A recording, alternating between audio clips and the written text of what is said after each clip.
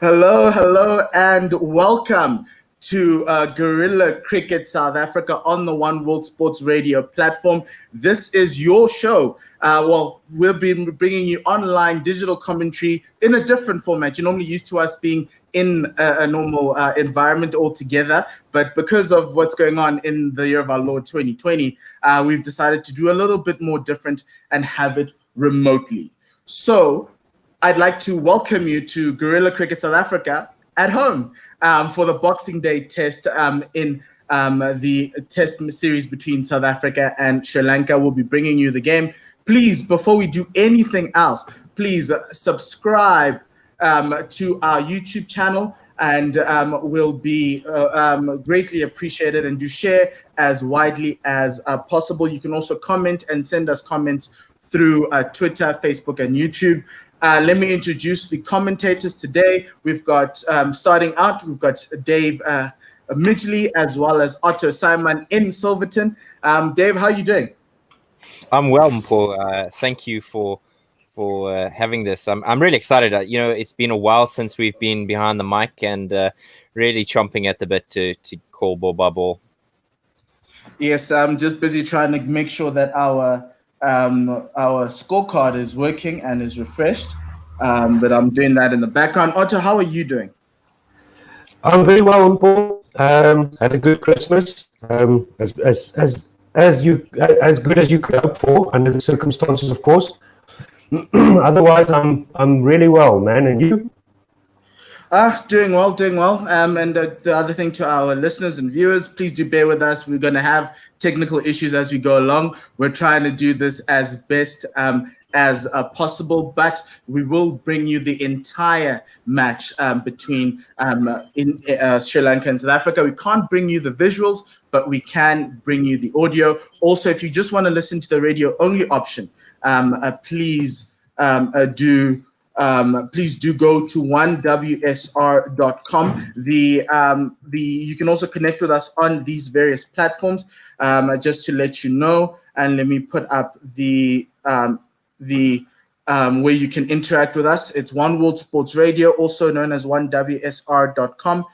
Please do connect with us as we go along. We're just trying to get the scoreboard up and ready, but what I can tell you now is that the teams are doing the national anthem, and I'll take you through the Sri Lankan team. South Africa won the toss and chose to bat first, and so the Sri Lankan team is as follows. Opening up is Dimuth Karunaratne, partnered by Kusal Perera, who can forget his innings in Durban to pull his team out. You've got Kusal Mendes coming in at 3, Dinesh Chandimal at 4, Dhananjaya De Silva at 5, Niroshan Dikwela, the wicketkeeper, at 6, Dasun Shanaka at 7, all-rounder Wanindu Hasaranga at 8, Lahiru Kumara at 9, Vishwa Fernando at 10, and Kasun Rajita at 11. South Africa, Dave, do you have the team sheet with you? I definitely do, Mpo. It's a couple of changes to the South African setup that you and I would both be used to, but most importantly, change of skipper. Quinton de Kock is captain for today's game.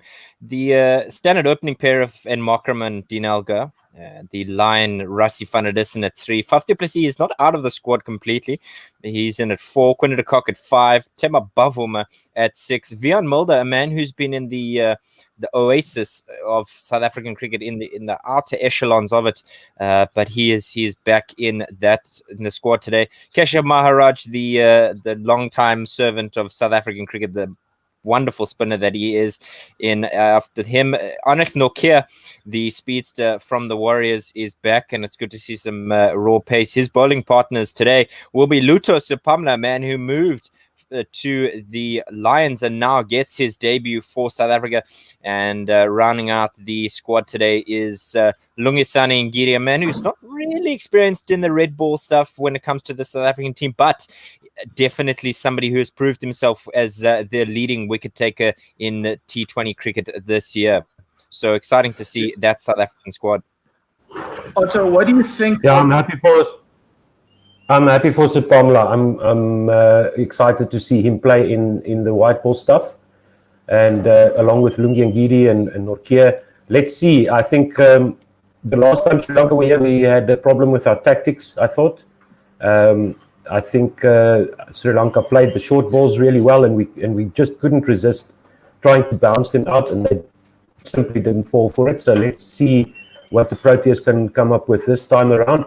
Just so happy to see the boys back and playing. It's wonderful to be here with you guys, and thank you to everybody who's listening. It's going to be hopefully 5 days of cricket. Let's see.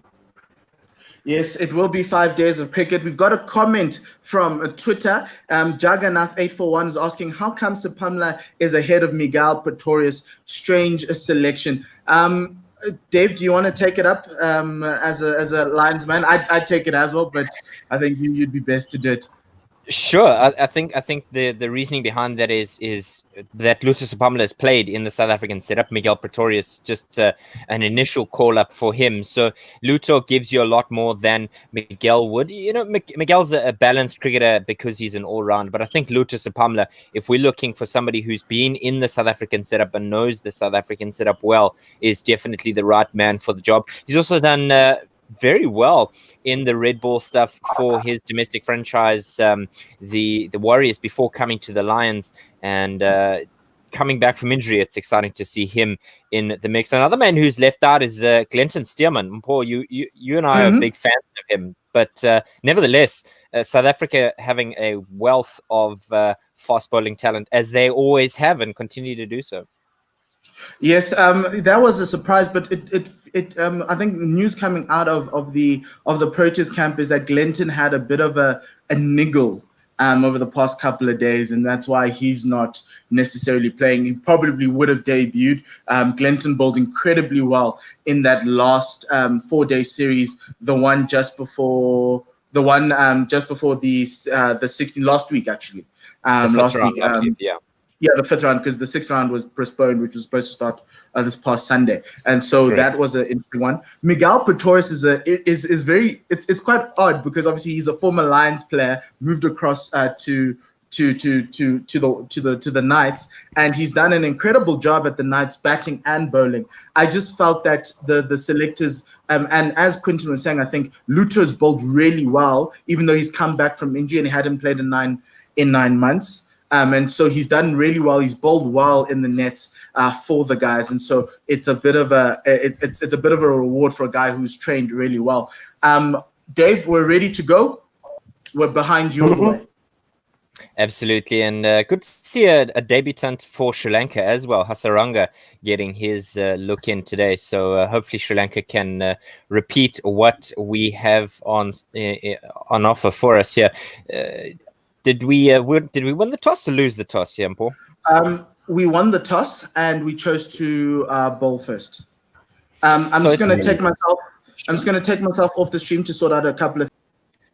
Not a problem. So it's an interesting record that South Africa since 1995 have lost less than 5 test matches at the SuperSport Park. So a happy hunting ground for the men in green and gold. Luto Pamela is on the boundary with his fresh green Proteas cap. In contrast, Faf du Plessis, the well-worn green one on his dome there, he's lurking in the slips, as Lungi Ngidi is the man who will take first ball of this game. Remember, it's one that is Sans fans, and we thank you for joining us with the coverage of this first Betway test. It looks like Lungi Ngidi is going to come round the wicket here. Let's have a look at the field. 3 slips a gully, backward point. Mid-off is slightly in the ring, and he goes now, and he passes the umpire, right arm round the wicket, and it's jagged back a little bit there, hit Dimuth Karunaratne on the hip, and no run. Yeah, almost slicing him in half there. I'm just pausing my feed so I can be on the same page as you there, Dave. Yes, so he's coming around the wicket to the left-hander. Looks like he's got the 3 slips in, so it looks like he's trying to get that ball to just straighten, get the outside edge. So that's the plan here for Lungi Ngidi at the moment. And he just comes tell me in. when he's bowling. Sure, he's coming in again now. Right arm around the wicket, wide of the crease, and this one goes down the leg side and taken by Quinton de Kock. He's obviously going for that hip area and hopefully maybe try and steal one early down the leg side. Yeah, he strayed a bit there with his line. So that one going down the leg side, that would have been wide in the white ball stuff. But fortunately, we are not watching that. We are watching real fitness cricket back in Pretoria, in Centurion, and it's a nice sunny day. It's a bit overcast, semi-overcast, very humid. Gideon again, and this one's a little bit fuller, and it hits high on the pad, but no run there. Yeah, so the weather looks like we could have some typical afternoon thunderstorms, I think. We'll confirm that a bit later, but very humid here in Pretoria, and otherwise a very nice summer's day. We might see the clouds dissipate and get some serious heat going there for the players on the field, or we might get cooled down by a thunder shower or two. I think the plan here is for South Africa to pick up one or two quick sticks and get into this Sri Lankan batting lineup. It's not an inexperienced opening pair. Dimith Karunaratne there with 67 games to his name, and not a fool when it comes to cricket. But change of the field. Temba Bavuma comes in at a backward short leg. He's under the helmet there. As Lungi Ngidi passes the umpire now full this time, and he tries to drive at it, does Karunaratne, but doesn't quite time it and just defends it up the pitch. Interesting start here by the South Africans. Otto, are you expecting them to come quite hard at the Sri Lankans, or do you think it will be more of a measured approach? Well, it looks like they've got a plan here to get the wicket, so they're definitely looking for early wickets, as you would expect. They've got the gully there, 3 slips, and they've got, as you mentioned, Bavuma there. Absolutely. It's a new era of South African Test cricket with Quinton de Kock. Ngidi now passing the umpire, and that's one that he's just smashed through the covers, and that will race away to the boundary for the first 4 of the game. What a shot there. He just stood up and punched it away through the covers. Beautiful back foot drive there through the covers. I expect that that is exactly what Lungi Ngidi wants to see. Maybe just a tighter line there, get the batsman driving with those slips in place and the gully. But that was a great shot there by the batsman through the extra cover region. Nothing stopping that ball from reaching the boundary. Nice quick outfield in Centurion as usual. Last ball of the over, and he just defends that on the back foot. That is the end of the first ball of the 2020-2021 South African season, and Sri Lanka are 4 without loss. Otto, what do you make of that first over? Yeah, so it looks like I said, it looks like Ngidi is trying to with the line around the wicket, trying to get the ball to straighten, trying to get the outside edge of the batsman. Straying a bit in his line there, but it looks like the plan is in place for Ngidi. Let's see who takes the second over. I would guess that would be Nortje. And we'll see what the field setting looks like. And with Bavuma there under the helmet, they're making the batsman think a little bit about the short ball as well. But Sri Lanka looking really solid at this point. Doesn't look like they intimidated at all. But we'll see as the game goes on. So we've got Karunaratne there on 4, that wonderful back foot drive that he played off Ngidi, and he faced all 6 balls, and he looked quite tidy. Yeah, so Sipamla. Okay, here we go. Debut test match, giving him the new ball. Wow. Absolutely. Quinton de Kock backing his bowler. In again, and it's clipped off the hips, and that's going to run away for a bit of leg buys. Rassie van der Dussen chasing that one all the way under the boundary. Can he bring it in? Oh, good fielding in the end there. But that'll be a little bit of the nerves for Lutho Sipamla. We saw that before the start of the over. His former teammate at the Warriors, Heinrich Nortje, giving him a bit of a hug there. But Lutho Sipamla will want to rectify that very quickly. Just those a couple of runs there. He's still very young. I think people forget how young Lutho Sipamla actually is. He's 22 years of age. He's already in his first-class career, got 79 wickets at an average of 27.5, best of 5 for 53. So still young. He's allowed to make an error or two here as he's now going to be bowling to Dimuth Karunaratne. Kusal Pereira was the man who was fortunate enough to get those leg buys. So it's 7 without loss after 1.1 as Sipamla comes in again. Right arm over the stumps, and that's a leg stump full delivery, and it's just tucked away off the pads and easily collected at deep backward square as they come through for 2. Yeah, it's a great day for Lutho Sipamla. I'm sure he's going to correct his line really soon. He's also got the slips there, so he's got to get that line going across the left-hander. He's just a little bit on the leg stump, but I'm sure he'll correct that very, very quickly. He's got serious talent. And as you said, he's a young man, he's learning, and I'm very excited to see how many wickets he can take for us today.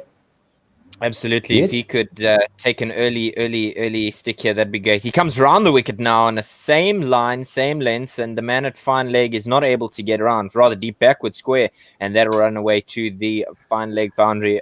4 there early on here for Sri Lanka, 13 without loss. Talk us through that delivery, Otto. Yeah, once again, the line not great. Nice, easy deflection there off the hip by Pereira, and Sipamla straying a bit there, coming around the wicket.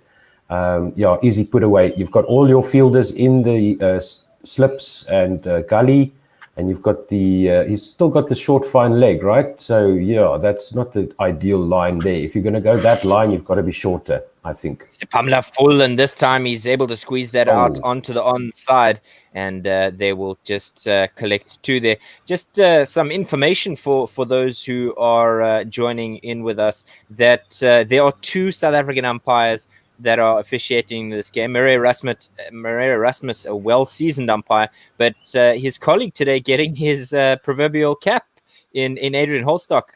Mpo, welcome back. And oh yes, what do you think about that? Look, I think it's about time that Adrian Holstock got a cap. It's interesting because it's the both umpires' first time umpiring South Africa because of Sipamla in again, and it's just tucked onto the onside, no run. Yeah, and so I think it's very interesting. It's very good to have them umpire. I love Adrian Holstock. I think he's a very good umpire. Bongani Jele is also around, and so is Aludin Palaka as a third umpire. So it's a full South African panel, but that's why there's an extra review in case anybody says there's home comforts. Absolutely. That was a better length there by Sipamla. Getting the batsman a bit rattled there with the ball coming towards his face, and he had to fend that off. He comes in again, last ball of the over. My goodness me, that is a peach of a delivery. One that's fuller, and it's just kept its line. And that is the end of the over. Sri Lanka 15 for no. The boy can Lutho Sipamla finding his range. This is beautiful to watch. That's just delicious. Yeah, he's got that ball coming in towards the batsman and then moving away off the seam. That is exactly what Ngidi was looking for as well. That is the line that you want around the wicket to the left-hander, moving away, getting you in the game with that outside edge. That's beautiful. Absolutely, the corridor of uncertainty, as we have all come to know it. So, 2 overs in. Mpo, what do you think of the South African balance? I'm happy with the balance. I've always felt that they needed to have an all-rounder there who can bat a bit, and Wiaan Mulder is very capable to bat at 7. And so that's something that you just cool. Sorry. No, but but it's something that obviously Mark Boucher and Graham were trying to figure out, and I think Wiaan Mulder is a good option there at 7 as another batsman. I think it's also come from his success in the domestic stuff. I mean, he scored 191 in the same game for the Lions, and I think they've rewarded him accordingly. And that's true. Yes, it was a slightly flattish pitch, but he needed the runs to get his confidence back up.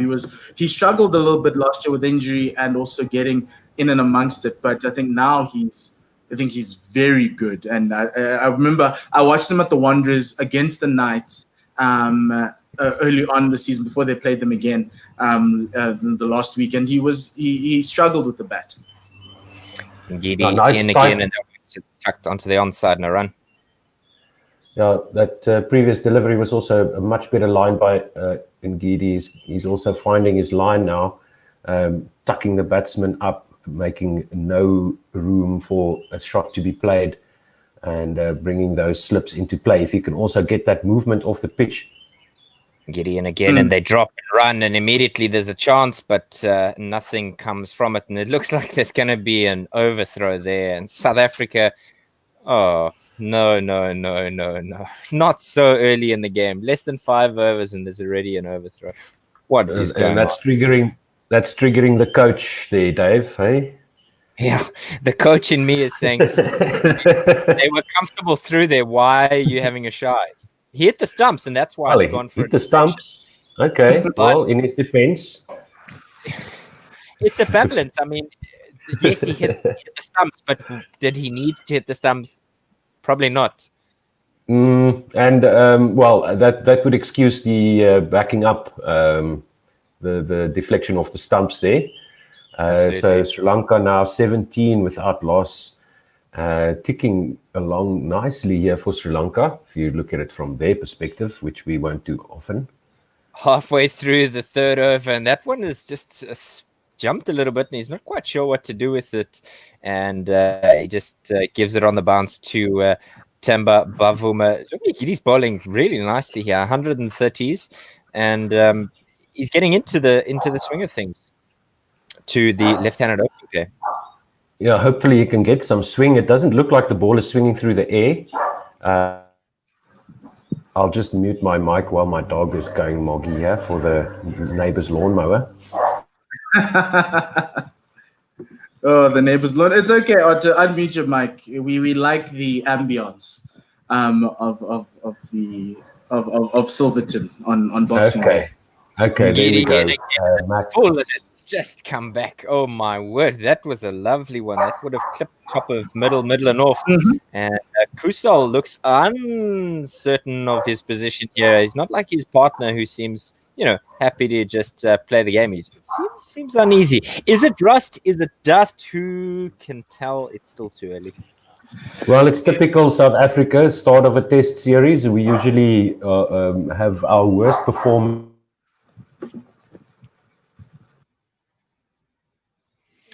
And Otto. I think Otto's been disconnected.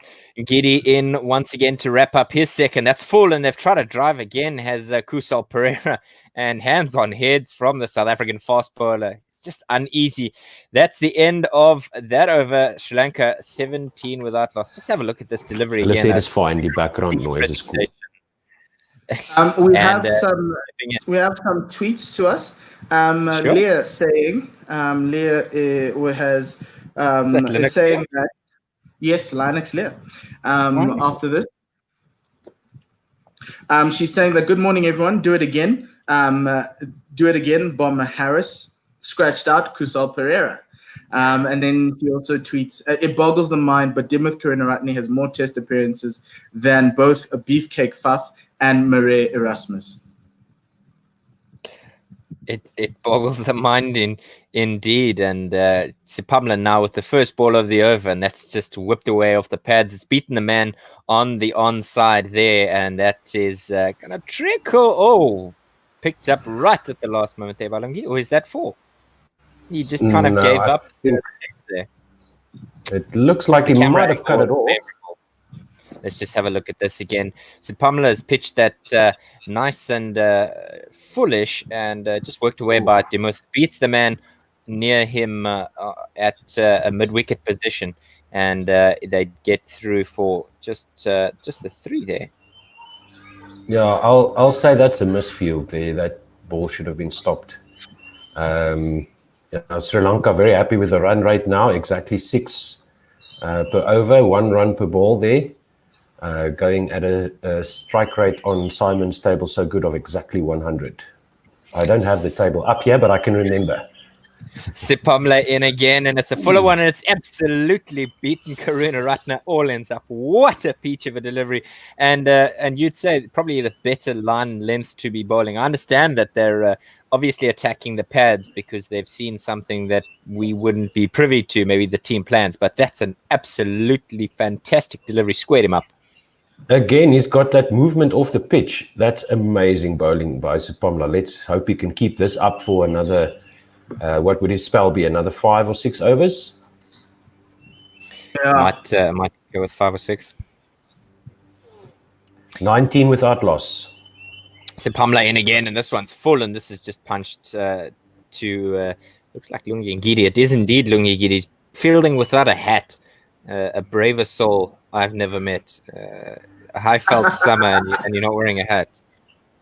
Yeah, and the sun is out there in Centurion. That's a braver man than me for sure. When Simon comes on, we'll ask him to give us a weather report in the next hour. We've got Ravi Nair coming on as well, so that's going to be some riveting cricket broadcasting. Sipamla in again, and he's just pushed at it. Has Karuna Ratna. It's beaten the gully on the right-hand side, and it's gone to the boundary for 4. Good work by Sipamla. That's exactly what you want. You want that outside edge. It just beats the man at gully, between third slip and gully. It was out of his reach. No chance of a catch there. All along the ground, bounced before it reached the gully fielder there. But that's exactly what Sipamla would want to see, that outside edge just a little bit too thick there to get to third slip. Yes, for all those worried or wondering about Glenton Steenman, we just got a message here from CSA Media. He has a quad muscle strain. He should be cleared by the second test. So New Year's test could be a debut for him. But I think if Sipamla does well here, Glenton might have to wait for Pakistan to see if he can't get in. 5th ball of the over now, and it's a bumper, and he just comfortably ducks under that. Little bit of an effort ball there early from Sipamla, and straight through the quinter. Yeah, it looks like he hit the gloves pretty hard. That's the good length there on the leg stump. A nice bouncer. Nice to see the Sri Lankans moving about and swaying out of the way and ducking underneath the short ones here in Pretoria. This is good bowling by Sipamla. Sipamla in again, and this is full and on the leg stump, and he's whipped it away through the mid-wicket region. Beat the man once again. 4 runs again. It's the same area again. End of the over, 27 without loss. Sipamla admonishing himself there. So we have some tweets here. A message here says, "Afternoon all." He's in Australia. "This is very strange watching Test cricket and silly T20 BBL at the same time. Good to have you back again." And then he says, "Palfreyman 1414, which is Ravi Nair, is coming on. Hide the vodka now." Yeah, it's trained peanuts, not vodka. It's a bit early. Well, to be fair, he's in the subcontinent. It's probably a little bit later for him. Yeah, he's probably past midday now. About what is it there? 2 o'clock around there. Mm-hmm. Sun's over the yard arm. Sun's over the yard arm. Into that Sipamla over. Okay, let's see. Yeah, Sipamla there just he tried to follow up that bouncer with a nice full ball, but too much leg stump line and easy pickings there for Sri Lanka. 27 without loss after 4 overs.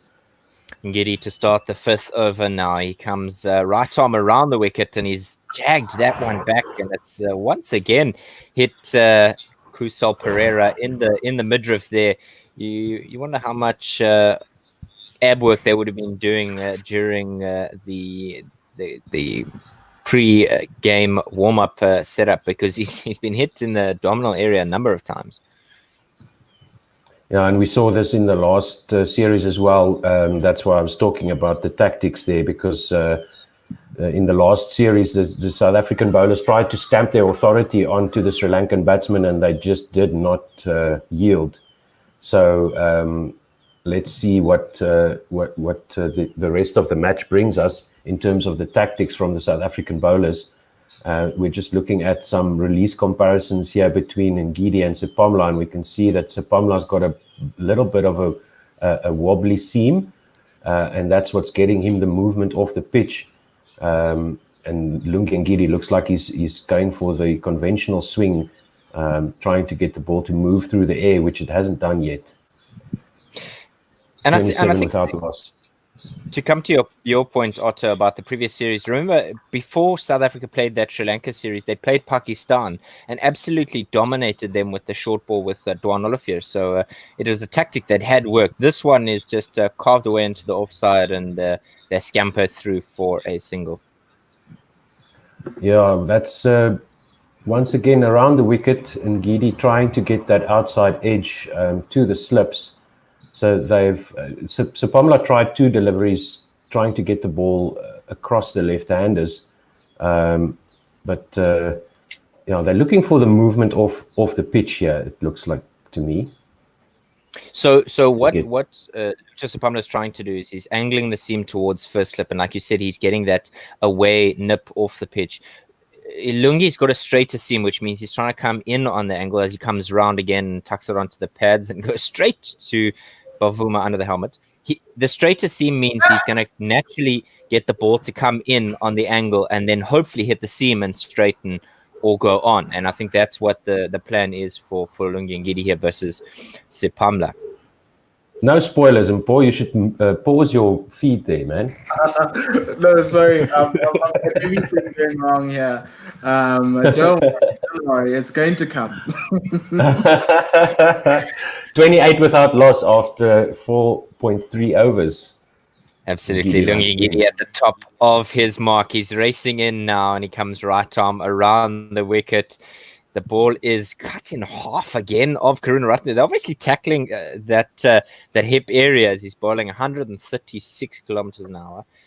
2 balls remaining in this third Ngidi over. Yeah, he's targeting the body. He's trying to get. Wow. I think for me, with all those slips in, that's the right length for the leg stump line. Maybe he's trying to get that man at short leg in play. They've got a man there just behind square, looking for that ball coming off the inside edge. Ngidi in again, 3 slips waiting, and there's a chop. Oh, he chopped it on. South Africa with their first wicket. Karunaratne is the man who gets to walk back to the change room. And Mpos called it. There's a stick there. 1 to go in the first. Yeah. He's cramping the batsman with that line, getting the inside edge onto middle stump. Nice work there by Ngidi. You little beauty. No, I'm busy trying to get the scorecard working. Seemingly, the link we have isn't working as much. So for now, we'll just have to give everyone the score, and you guys have done well.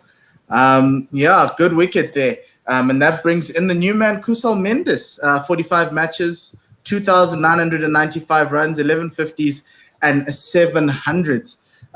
But yeah, very good. It was a little bit wayward up front, but they were trying to get the wickets or pushing the ball up. It's just finally they've gotten the breakthrough, which is what you need, what South Africa need. A rice smile there from Lanka. 28 for 1 after 4.5 overs as we watching the next batsman in here walking to the crease. Good work there by Ngidi, sticking to his guns, sticking to that line, cramping the batsman, getting the inside edge onto the stumps. And elsewhere in the land down under Canberra, the 14th match of the Big Bash League, Sydney Thunder are now 172 for 4 after 16.2 overs, going along at 10.53 per over. Callum Ferguson is on 26 of 24 balls. And in Centurion, we've got Kusal Pereira, 3 of 9 balls. Kusal Mendes has just walked to the wicket. And it's going to be Ngidi to continue with the last ball of his over, of his third over, after opening the bowling along with Luther Sepamla, the debutant, taking the new ball and getting the first wicket for South Africa. Gentlemen, should we talk about Steve Smith's horrible run of form? I mean, he hasn't scored a century since Ashes 2019. A couple of 50s in there. But, just hold sure. up a little bit. We've got some tweets coming in. It is Josie Oak is asking if I'm reading these tweets. They aren't in TuneIn, and the one that we saw wasn't working. We fixed that, so he can hear us now. Josie Oak says, think you're being mean to Palfreman there. As far as I know, he's been on the bandwagon. He's been on the wagon for some time. He's going to be on in 30 minutes time to let you guys know and fight you off one at a time. Just let me know when the next over starts, Dave. And then Tim Everingham says it's a great... Okay. Sorry, that last delivery was just beat the bat from a back short-ish length and through the keeper. So that's the end of the over for me. Mm-hmm. Yeah, it was a good line there by Ngidi. He's got a right-hander to bowl at now, so over the wicket, a little bit wide of the crease, trying to get that early drive from the new batsman. And Tim Everingham says, it's a great pleasure to have Guerilla SA in my ears again, considering the last time I was tuned in was the women's T20 semi-final back in March. Simpler times. Hope all Guerilla commentators are safe considering the debacle of the SA versus England ODI series. Anybody going to play golf out of the two of you? I haven't been on a golf course this entire year. I haven't even been to a driving range, which is sad. So I need to address that. 28 for 1 after 5 overs. First ball of the third over for Sipamla. His third over. Kusal Pereira facing up and it's full, and he's trying to drive that, but he didn't quite find the timing that he was looking for. Dot ball. Feet not moving towards the ball there. That was the correct wicket as far as South Africa is concerned, because Pereira not looking very comfortable at all. We'll see what Mendes looks like when he faces again. He's only faced the one ball, but Kusal Pereira 4 off 11 with the run rate calming down now. As AB comments, we have Lutu Sipamla in again, and this is just worked away off the pads and is easily collected. Finally, Lungi Ngidi looks like he's got a bit of a hat on, or have I spoken too soon? Let's see. Maybe he washed his hair this morning, just trying to get it dry, because that's the only reason I would have a bare head in this weather. AB Muller, like cat to catnip, said, somebody say golf? He played his first 2 rounds of golf over the past week. And so the first time he played, I think his body was so. But he'll talk about it when he comes on and let everyone know how his golfing game is working out. He's been trying. He's had lessons, so he'll let us know. He's not that old. Hey, look, it takes all the work. Right, Tom, over the wicket, and that one just slightly jags back a little bit off the seam. Good work there, 129 clicks, no run. Yep, 29 for 1, Sri Lanka on now. I'm eager to hear what scores AB got there, because he's quite a sporty guy. Judging by his batting skills, he should not have any trouble getting decent scores on a golf course, I would imagine. No, that's true. But he hasn't told us. He says he got his first par though in his first round, so that was a good. You see, some guys have all the luck, hey? 29 for 1. So Sipamla in again, right over, and that's cut up and over the cover region. There's no one there, and that'll race to the boundary. 4 runs. He had to reach for that ball. Yeah, Kusal Mendes is off the north there. Little bit too wide, but nicely played there by Mendes, getting a nice solid shot in over the cover region, and there's nobody backing up over extra cover. So a good shot, getting it over the fielder at extra cover. Maybe they're trying to bait Mendes into a false shot, but he played that one quite well. Absolutely. Two balls remaining in the 6th over. Sri Lanka 33 for 1. Mendes and Pereira both on 4 respectively. Shorter delivery, and he just pulls out of that pull shot there. Does Kusal Mendes? He's got a bit of a mattress there under the shirt there. Obviously not a fan of the short. Maybe a sponsorship from Dial-A-Bed or those kind of guys. Maybe it's memory foam so that he never forgets how to hit the ball. I'm not sure. Yeah, that one was a bit too short. That went well over Mendes' head. He's not the tallest man I've ever seen on a cricket field, definitely. And have they got the fine leg man at the boundary there for the hook shot? We'll just have to wait and see. It looks like they do 3 slips. 3 slips of Gully Sipamla over the wicket, and it's a nice full one. It is driven it straight back past the bowler. There's a chase on here, and it looks like the ball is going to win as the ball hits the rope. Another 4. Wonderful shot. Yeah, 38 for 1 now. 1 delivery left in the 6th over. Sipamla's 3rd. He's gone for 28 already in his first 3 overs in Test cricket. But it must be said that he strayed a bit in his line, had some awesome deliveries in between, and that one just driven very nicely past the bowler. Good shot by Kusal Mendes. He looks like he's got all the time in the world, seeing it like a soccer ball at the moment, it looks like, connecting really solid shots here. Chris TB saying on Twitter, of the total of 12 previous tests between the 4 seam options, real test for our new generation. And we're seeing that in this first spell from Luto, going for 28 in the first 3 overs is really tough on debut. But he's fulfilling a dream, and we're really excited to have him. Absolutely, Paul. That is the end of his 3rd over. South Africa's 6th, and that one's just defended. Speaking of South Africans, we've got our own South African in Mickey Arthur in the Sri Lankan coaching staff. Treachery. Yes, well, we know. Last time Mickey coached the team in South Africa, it was for Pakistan when Pakistan came over 2 years ago.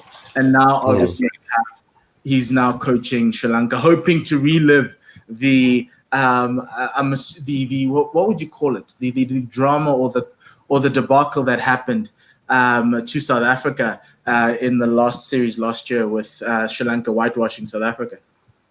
Ngidi now to start his new over. That one's just sliced away over the point region, and it's a couple of bounces into the rope. 4 runs to start. Yeah, once again, a bit wide.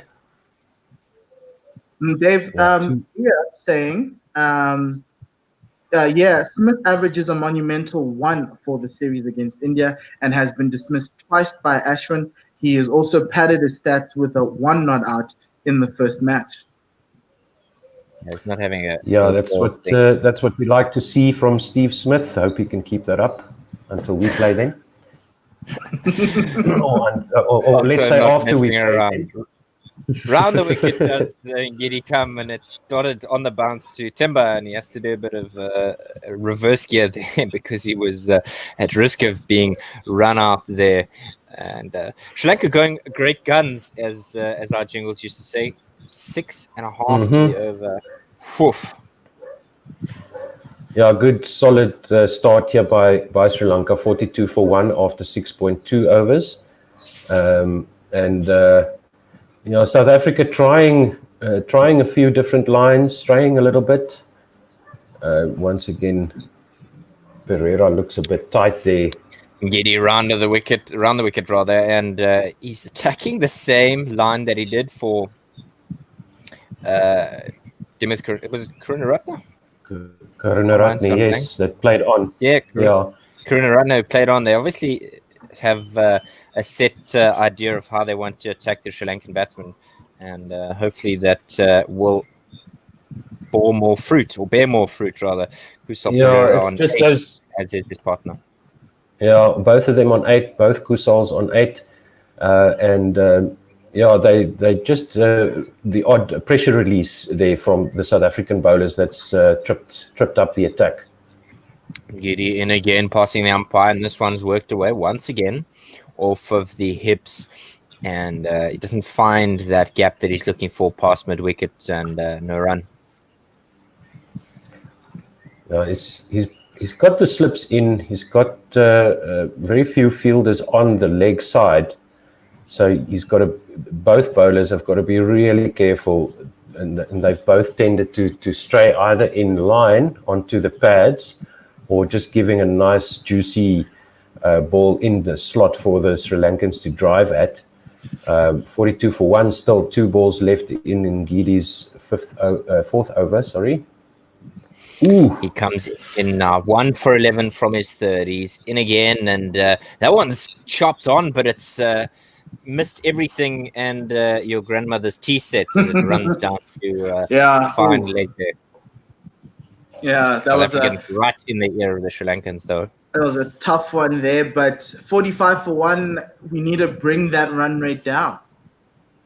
Yeah, it's been unfortunately Sepamla on debut who's conceded most of the runs. Lungi Ngidi 4 overs, 14 runs and a wicket. Luther Sepamla 3 overs and 28 runs. And he's been the one to give those pressure release deliveries to the Sri Lankans. And hopefully he can tidy that up sooner rather than later. As Ngidi comes in again for his final delivery of his fourth over. He comes around the wicket to Pereira, and that's just beaten Bavuma at short leg rather, and Sepamla collects and lobs it back. That is the end of the over, 45 for 1 after 7. Yeah, that's correct. Kusal Pereira not out, 11 off 17. Kusal Mendes also still there, 8 off 6. So let's hope for Sepamla's sake and for South Africa's sake that he can find that consistency, because he's bowled some beautiful deliveries to both the left and right-handed batsmen. Just needs to keep that consistency up to test match level, and he should be picking up a few wickets if he can get those balls to move off the pitch as he has done. He's been replaced now by Nortje in the attack, I see. So hopefully he can bounce back when he gets a second spell. Let's see what expecting Nortje to open first. I think it would have been much better. Yeah, it was a surprise to me as well. It's not often that you see a guy on debut, 22-year-old, getting the new ball. Maybe that's the style of captaincy we can expect from Quinton de Kock, not going to die wondering, backing his players, backing his new debutants. So that's the one side of the argument. The other would obviously be that maybe you gave Sepamla a little bit too much to do in his first test. So let's see what Nortje can do here. Difficult to balance indeed, and it's you've always got to learn how to rotate your bowlers and get best use out of them. As Nortje comes around the wicket, this is driven a great stop there from Aiden Markram in the gully, as they don't get anything from the first one. What was the speed there? I'm curious to see how... 90 miles an hour. That's quick. It's quick. Nearing 150 clicks. 90 miles an hour. MPH rather than KPH. That would be 160. Let's see. What has he got here? Isn't that like 144 kph? Round the wicket again, and this one hits the sticks, and not the ones we want, but rather the padded ones. It's 145 kilometers an hour. 92, that one quicker. Yeah. Much. I don't know what he ate for breakfast, Pranutra or something. That one 148 kilometers an hour. Foolish delivery, and it nipped back hard off the seam, and he was already through the shot before Nortje had played a shot there, but probably going down the leg side in Holstock. Not interested. It'd be very suspect if Adrian Holstock gave that out already. It's the first. That was going down leg. This one does get flicked away off the pads, and it flies to the boundary for 4. But, gentlemen, 147 kilometers an hour. Wow.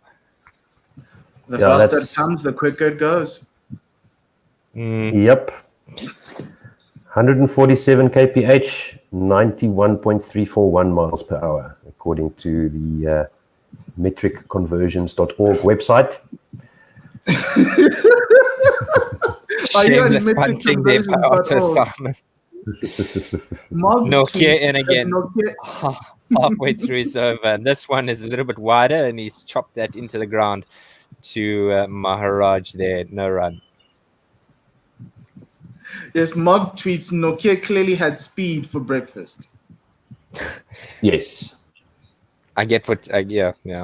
That's a good Are one. They allowed to have, are they allowed to do that in the bubble? I doubt it. Nokia is 145, 147, 147, 144 kph here.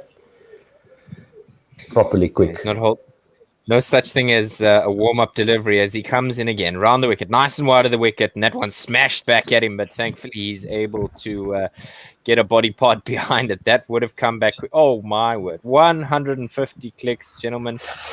Yes, please. But he smashed that back at him there. He absolutely caned that. Good stop, though, by Nokia, who now needs an amputation, probably. He's going to have to walk that off. Just to do a little bit of housekeeping. Next session, next hour, it will be AB, Otto, and Ravine. Awesome. Looking forward to that. Last delivery here. Nokia in, and that just shot off like a cannon out the wicket. 150 clicks, and Quinton de Kock had to put his jumping shoes on there because that flew. End of the 8th, 49 for 1. Yeah, Kusal Pereira. Yeah, surprised the batsman there. That's going to give him something to think about, most definitely. Yeah, that's going to give the batsman, even down the order, something to think about. Hint of variable bounce. We've been seeing the ball just go through normally to Quinton. Now we're seeing some extra bounce coming through. Yeah, so this is a super duper fresh wicket because we haven't had any cricket in South Africa for almost the entire year, and I saw a little bit of green lines there, a bit of cracks in the wicket. We'll talk a bit more about the wicket because it does seem to play a role here. The movement has been off the pitch so far. 49 for 1, Sri Lanka are, and 8 overs are gone. Ngidi to start the 9th over. And Kusal Mendes 8 from 6, Kusal Pereira 15 from 23 as Mendes faces up 3 slips waiting, and he's just had to wave the bat out of the way. It's a shortish delivery on the off-stump line, and Mendes just tucks his bat out the way there at the last moment. No, so they're still going along at a strike rate of over 100, more than 6 per over, but it has calmed down a little bit since Karunaratne departed. Thankfully, and Ngidi and Nokia will now try and apply the pressure some more. So Leah saying after this ball, Ngidi in again, passing Murray Rasmussen. That's just beaten the bat by a narrow margin. Wonderful fast bowling. Yeah, very nice. Once again, some movement off the pitch. Yes. So Leah is saying, we've had the speed in miles and kilometers. Can you also give it in Kelly Cam for us Klingons? Yes, for us Klingons. Okay. Otto, what does your website say? Let me Google that for you. Look, Klingon is has been used. Star Trek. Yes. Star Trek, Star Wars. Ngidi in again, and this one has straightened and squared up Mendes as there's an opportunity for a run out, but not taken this time. Klingon, Star Trek. Yeah, Star Trek. Yeah, that's Star Trek. We're cultured, kind of. Coming up with some weird search results here, which I'll get back to in a moment. Maybe you should be in incognito mode there. That's fine. If you find something that's a bit dodgy, you may need to switch your browsing options there. Yes, my safe mode is off on Google search. Yeah, You might 50 need for 1. absolutely 50 up in the 9th over Lungiangiri, now starting from his mark as he runs in. Once again, continuing round the wicket to the left-handers. It's a foolish delivery and just dropped and run as they get through for a scampered single there. 140 kilometers an hour. What was that metric there for the Klingon people? What do they use? Kellycam. It's QUE. Let's get it for you. QUE, isn't it? Was that just awesome? The Klingon. It is QELL apostrophe QAM. QELL. Ngidi in again for his 5th delivery. This one is full-ish and just defended. No run there. The South Africans all around these Sri Lankans as they are not allowing them to just get a nice settled start to this test match. Now I'm getting KPH to knots here. I'm going to need some help. To see how fast ships are going, we definitely know how we're going to go out there. Obviously, a plan from the South Africans with regards to the areas that they're bowling. As Ngidi comes in again, and he's trying to kind of flap at it, and it looked like a swipe of the blade as Mulder is able to just bring this back in before it hits the ropes as they come through for a couple. Last ball now to that end. Last ball of that over rather, as 9 gone, 54 for 1. Yeah, so just on about 6 runs per over, exactly 6 runs per over, in fact. So Sri Lanka will be happy with this start so far after having been put into bat, right? So we asked them to set us a target there. And we see that very strange test scorecard there by India. Oh, no, that's the one that they're playing right now. I saw the 36 and I thought that was the previous test match. 36 for 1, India in their first innings after 195 all out by Australia. So that's nice to see that they are bouncing back, are India. But it's been their batting that's been a problem. Same as our batting in the series against England. So finely balanced. No real winner in the session so far. I'd say it favors Sri Lanka a little bit because of the run rate. Yeah, the run rate is actually quite high. Yeah, so I would have very high. Yeah, and I would have expected. Obviously, South Africa have taken 1, and you can't be greedy, and you have to allow Test cricket. Obviously, these guys haven't played at this level in a while. Yes, we've played 4-day cricket, but you've got to allow guys the ability to come ease themselves back in. It's just we've just let it slip a bit on the runs front. Nokia in again, and this one is just defended off the back foot and no run from it. Yeah, just that release of pressure every now and then. So I've got to pause a little bit here to in once again and yeah. Through to the keeper, and it's hit the glove. Sorry, I was a bit late there. I was just waiting for the conversation of his. So he's just finished with that second delivery of his and turning to the top of his mark. Just a replay coming through now. That one was a little bit wider, and he tried to get him to kind of slice at it, but no dice for either of them. It just goes harmlessly through to Quinton de Kock. There was a lot of discussion about who would be the next Test captain. Quinton de Kock the right decision? I think they just kicked the can down the road because the contenders are out of form, and you don't want to make someone captain when form is a question. It'll always become a question.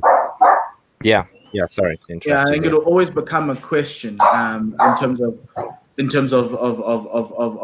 if you gave someone like Aiden or Temba the reins because of the fact that they're out of form. So there'll always be a question in the press room about their form and how they're managing from a captaincy perspective. So I think it's a it's a good option to kick it down the road. I just wanted them to at least back a player, back someone. Don't just that one just yes, that Dave? one beats the bat and goes through to Quinton de Kock. Just 2 left in this over. Yeah, nice line here by Nortje. He's going for the off stump line, and the ball is moving away, beating the bat on the outside now twice in a row. So good signs here for Nortje, although you could say that Mendes left that one. I would say that was beaten on the outside there. Nortje coming in again over the wicket to Kusal Mendes. He is again coming in, passing the umpire now as that one goes straight up in the air. There's an opportunity, and the catch is taken. Lungi Ngidi getting the number 2. catch. Yes, there. please. Wonderful for the South Africans as high fives and fist bumps all around. Yeah, so he's beaten. He's tried that short and wide line again. This time the line a little bit tighter on Mendes, and he just gets the top edge as he tries to swipe that to the onside, taken by Lungi Ngidi behind the bowler. Fist pump there by Nortje. Good work. He's still got a frown on his face. He's obviously got some problem with these Sri Lankans. Probably that they are batting. If he's a fast bowler. So 54 for 2, one ball left in the 10th over. Good work there by Nortje. Yes, now starting to swing the session back into South Africa's favor. That wicket essentially is what I think. If you gave Quinton and Mark 2 wickets at the top, they'd probably want a third one, but they'd be happy with 2. So Kusal Mendes caught Ngidi, bowled Nortje for 12 of 16 balls, and he hit 2 fours, a strike rate of 75. Yeah, absolutely, Mpo. I think it's something that South Africa will be happy with as they head into the second hour of play. I would guess that Sri Lanka just want to get to lunch without losing another one, whilst the South Africans would like a third, possibly a fourth. But that's going to be challenging because you'll have more experienced guys coming to the wicket in Dinesh Chandimal and Nirishan Dickwella. Who are experienced campaigners in the Sri Lankan setup. But it's going to be interesting to see how this next hour of play will go. Mpo, it's AB and Otto, and who's our third? It's Ravi. Ravi Nair, he's sitting backstage right now, getting ready to answer all his fans. It seems like there's a lot of excitement around Ravi Nair joining us on commentary all the way from India. So that's very exciting. And yes, he is Guerilla Rati, as you would call it. Absolutely. Looking so forward to that. And the score is 54 for 2. Dinesh Chandimal is the new man in. 31 years old, 58 matches, 103 innings, 3,877 runs, at an average of 40.81. 18 50s, 11 hundreds, and a best of 164 versus India in Delhi. He can bat. We need his wicket. Chandimal now to face up. His first delivery. Nortje with a foolish one, and that hits the gloves hard of Quinton de Kock. End of the 10th, 54 for 2. Yes. Very good over there from South Africa. Absolutely, and it's a gorgeous day at So Supersport let's see, Park. coming up for Sri Lanka. Yes. So Dhananjaya De Silva, Niroshan Dickwella, Dasun Shanaka. we have an interesting quick message from the CSA media team. Lungi just left the field right now in the past over when the wicket fell. He went to the change room to change shirts because the first one is already drenched. Well, because he's not... Okay, I'm just... Yeah, like I said, it's quite humid. It's quite humid in Pretoria today. We've had some nice showers. Vian Mulder now into the attack. He's going to bowl the first ball of the 11th over, 54 for 2. Absolutely, the youngster from Centurion in Johannesburg. He passes the umpire now, and that one's a wild swipe there. Goodness me, he was teeing off like AB at the third hole. And that one just look at Quinton's face. Look at Quinton's face. He is surprised. Oh, look at that beautiful scene presentation. Connoisseurs of the game. That is bellissimo. Dave, Yeah, right arm over the wicket, and he's getting that line across the left-hander perfectly there, Mulder. Hopefully he can keep that up. He's got 2 slips, gully and a backward point. Absolutely, as he comes in again, passing the umpire. Rasmus was down the leg side, past the hip, and nothing there for him. Yeah, that's a better length for that leg stump line. We saw those pressure release deliveries by Ngidi and Sepamla being the culprits there, bowling too full on the leg stump. So Mulder going for the leg stump line, but a little bit shorter, which makes it difficult to get that deflection, and maybe you can get one down leg side there with a glove or something. Mulder in again. He comes right arm over the wicket. This is much fuller and driven through the cover, or to the cover region rather, but stopped by the nuggetiest of chicken nuggets, Dean Elgar. No run. Yeah, nice shot there, but unfortunately for Kusal there, he picked the fielder up in the covers in extra cover. Run rate down to 5.14 now, which is good news for South Africa. More manageable indeed. So let's see here. Mulder halfway through his first over. This one's full, and he's wafted at it again, and Quinton de Kock takes that without much fuss. Pereira just wanted to climb into Vian there. Maybe he's got a lunch date, or we're not sure. Yeah, no, this is good signs for South Africa. Kusal Pereira needs to stay patient here because he's the man that's faced the most deliveries, and he's trying to attack Vian Mulder, living on the edge here, you could say, but Mulder in again. Look, he's also trying to put pressure on the younger bowler. Got him! Yes, he has. He's edged it straight through the clock. Pereira is gone for not much. His you live by the sword and you die by it. And South Africa have their third on the last ball, the penultimate ball of the over, rather. That's 2 overs in a row, gentlemen. 2 overs. Yeah, good work here by Mulder, sticking. Yeah, he's sticking to that line across the left-hander, and Pereira trying to punch Miller out of the attack, and he pays with his wicket. Okay, so that will be it. Dave, my friend, you and I are done. Otto will carry on with the ball by ball. So I will say goodbye to you, Dave. We'll see you later on in the day. Thank you very much, my friend. Thank you so much. See you later. Yes. So Otto, we've got a new face. It is a Ravi Nair coming on to the stream. And we've also got AB coming on. Ravi, we can see you. Can you just refresh your stream a little bit there as we go through? Hey Otto, how's it going? Hey, good on you, man. Good. Thanks. So nice to see you. So definitely the game has swung in South Africa's favor now with the 3 wickets. Hello, Ravi. Ravi. Hi, Otto. Let's see. Yes, it's what we would expect from Sri Lanka in South Africa. Come on, let's be honest. They're going to be done by the pace, and they were.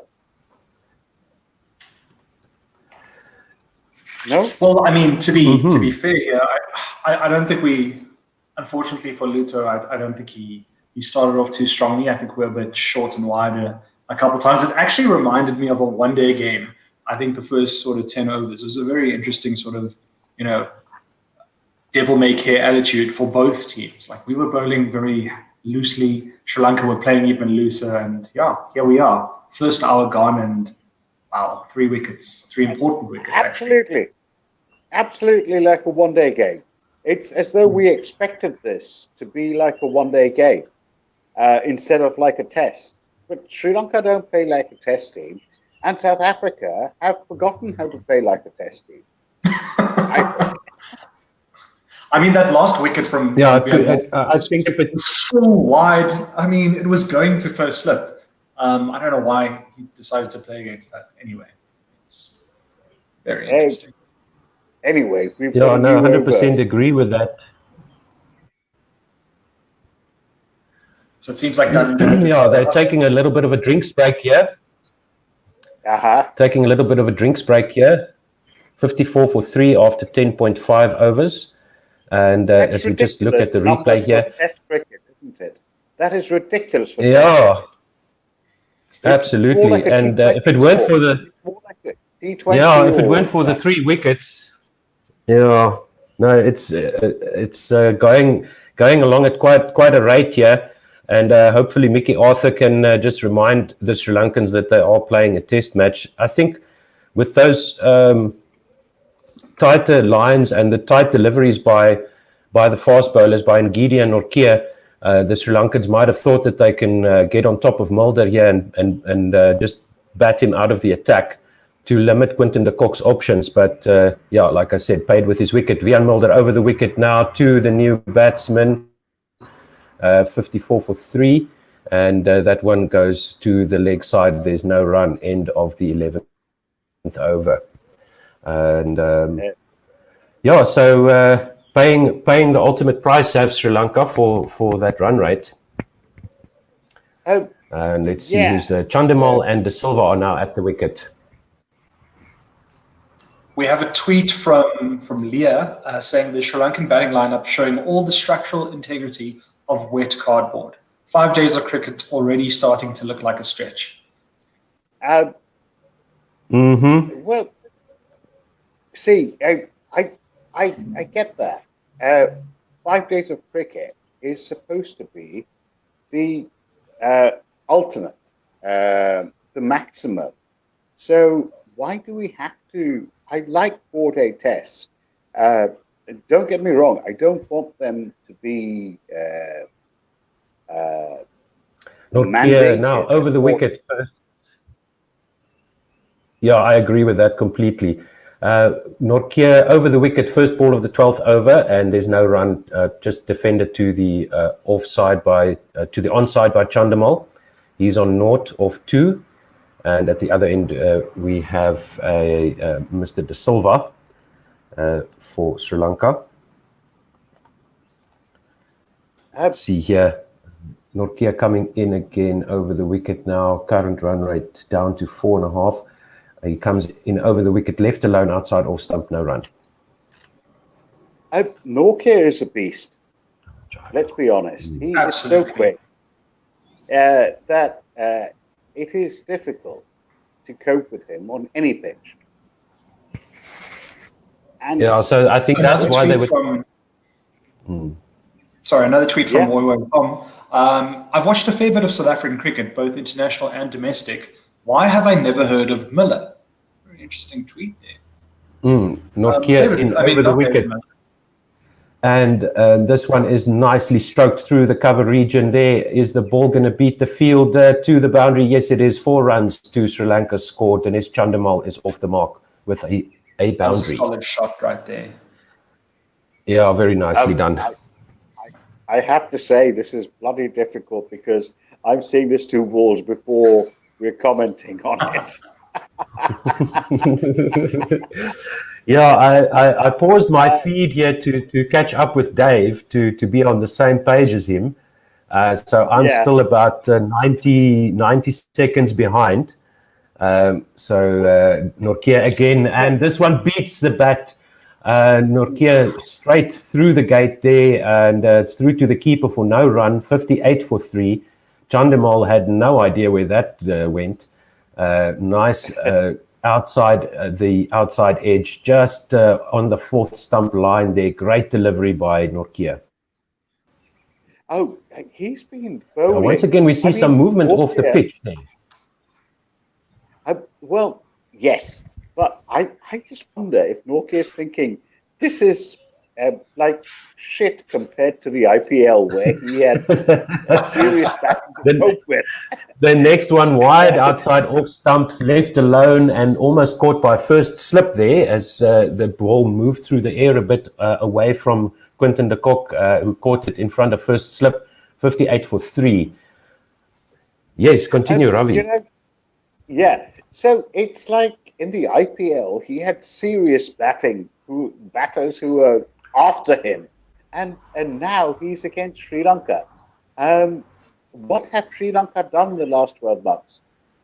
And this one outside off stump by Nortje beats the bat again. Chandimal is fishing here for something that's floating in the Enops River. It looks like 58 for 3. That's the end of the over.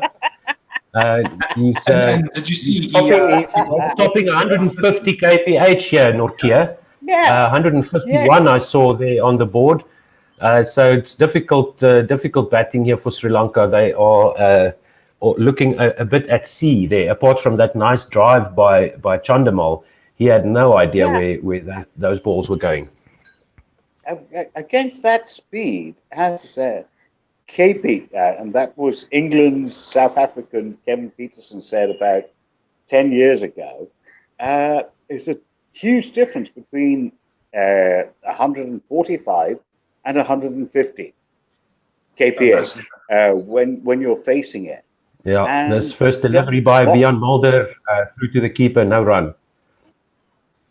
And you have to respect that. That is one of the greatest, in his own way, batsmen ever, Kevin Peterson. And absolutely, he defensively had to say, "Look, guys, you don't know the difference between 145 and 150 kph." Yeah, De Silva here facing the second ball by Vian Mulder, beats the outside edge through to the keeper for no run, 58 for 3, 2 balls gone in the 13th over. No, it does make a huge difference. Yeah, you can tell Mulder is not the same speed as Nortje. No, he's running about 130 or so. Yeah, but he's also that all-rounder sort of fifth bowler. Mulder sprays this one down the leg side, just as I was about to say. He's sticking to some good lines, Vian Mulder. But that one was a bit wayward, and the batsman, De Silva, couldn't get a bat on it through to Quinton de Kock, no run. And that wasn't given a wide either because it's proper cricket, test cricket here. He's got 2 slips, gully, backward point, cover, extra cover. He's got a mid-on, close to the wicket where the circle would be in one-day cricket. Vian Mulder comes in again over the wicket. And this one is on to the pads of De Silva, who whips it over mid-wicket. Over to the onside, and it goes to the boundary for a 4. Yeah, this is where definitely trying to attack Mulder. Yeah, this is where he needs to find some sort of rhythm and consistency. Because if you're going to be that fifth bowler, you need to be bowling your lines correctly. You can't be affording to be going wayward, and he's done well so far. Only conceding that one is straight onto the pads and got punished there. He's coming in over the wicket again to De Silva. Much better line there on off stump, attacking the off stump, defended into the covers to point, and there's no run. 62 for 3. Sri Lanka are now in the 13th over. 1 ball left. Is there any difference between this and an ODI in terms of Sri Lanka's approach to the batting? This would be a good start to a T20 game. I mean, 60 your 13th over. It would be poor for T20. It would be a good ODI score. Yeah. Vian Mulder with the last ball of his second over played out to the covers, and it looks like they took a single there. Let me just confirm that for you. 63 for 3. Yes, they did take a single there. De Silva remains on strike. He has got a score of 9. De Silva is on 5 and retains the strike there. Dinesh Chandimal is on 4 of 7. End of the 13th over. It's as though Sri Lanka are happy with an ODI score in their first inning. Now, I think... Are they trying to make a test score? I don't know. They got some loose balls from Sepamla and Gidi at the start, and as the runs were sort of pinned back as South Africa got the run rate down, they seem to have this idea in their head that 6 runs per over is par for Test cricket. Well, to be fair to Sri Lanka, I mean, what is a Test score these days? We've seen India and Australia have a very interesting sort of range of scores. I mean, what is an acceptable Test score? Absolutely. What is an acceptable Test score? But if Test scores become like ODI scores, then what's the difference? What's the point? The wides. The wides are the difference. Luckily for Ian Mulder, the wides are the difference. Nortje continues. He's into De Silva, defends this off the off-stump line, back down the pitch to the bowler, no run, 63 for 3. The wides are the difference, or the whites are the difference. I don't know. But the tests used to be. Dear, I'm not going to comment on that until you've commented the next ball. Nortje comes into De Silva, the right-handed bowler to the right-handed batsman over the wicket, and defended there to backward point, and there is no run. What do you guys think? Okay. Should I join the live feed, or is it okay if I'm a bit behind? Let's hear some of your thoughts around that. You are completely still in terms of the way I see you. All I see is your face and the picture. No, literally. So, Otto, I think I'm about 2 balls ahead of you. But I'm on... Yeah, me too. Okay. Let me forward they here. just Again, and this one is down to the boundary where it's fielded by Ngidi. 4 more runs for Sri Lanka, 67 for 3 now. And De Silva got a nice clip off his pads here, and just manages to beat the man there at the fine leg boundary, Ngidi, who slides and tries to stop that. He should have gotten his body behind that, but the ball evades him. Nortje is not happy with the fielding effort there. He's in again over the wicket to De Silva onto his pads. He blocks this to the offside to mid-wicket, where there's a misfield at mid-wicket. They go through for the second run and a third as the ball gets picked up almost 2/3 of the way to the boundary. Sri Lanka now 70 for 3. 4 balls gone in the 14th over. Very, very bad fielding there by South Africa. 2 balls in a row and conceding 7 more runs. That's unacceptable. And there's an image of Justin Onsong, our fielding consultant or coach. I don't know what his title is, but was Justin Onsong a good fielder in his day? I can't remember. I hardly saw him play for the Proteas. He was I don't know. Good fielder. Nortje over the wicket onto the pads, and this is to the man at mid-wicket who runs around to mid-on and does field that ball. Both those fielding efforts were really poor. The batters picking out the fielders, and the ball just slipping through the defenses of both those fielders. Very poor cricket in the field there by South Africa. You have the feeling. Cool. So I'm gonna do some ball by ball from now. Okay. Okay. Go ahead. 1 ball left in the 14th here by me. Nortje comes over the wicket, and this one moves off the pitch into the right-handed Chandimal, who leaves the ball. A good leave, you could say. 70 for 3 after 14. Take it away, AB. So fun fact about Sri Lanka at Supersport Park: they've played 4 tests here and lost 4 tests. So that's very interesting. Van Mulder now just head into the right-hand side. Keshav Maharaj fields it, and that's a dot ball on the first over of the 15th, or first ball of the 15th to De Silva. But yeah, so what do we need from Mulder here is a little bit of consistency, making the batsmen play, and just keeping them honest, I think, guys. And from a Sri Lankan point of view, and I'm not Sri Lankan, but just to give a bit of balance, I think the batsmen are still taking singles as though they're playing in an ODI. and That's they risky. need to be playing. Yeah, they need to be playing like they're in a test. Mulder in now to De Silva. Oh, straight at the stumps, but he manages to get it away for a quick single again, like Ravi mentioned, to Keshav Maharaj. So Keshav's been tested here early on, and he was a little bit slow to react, but possible.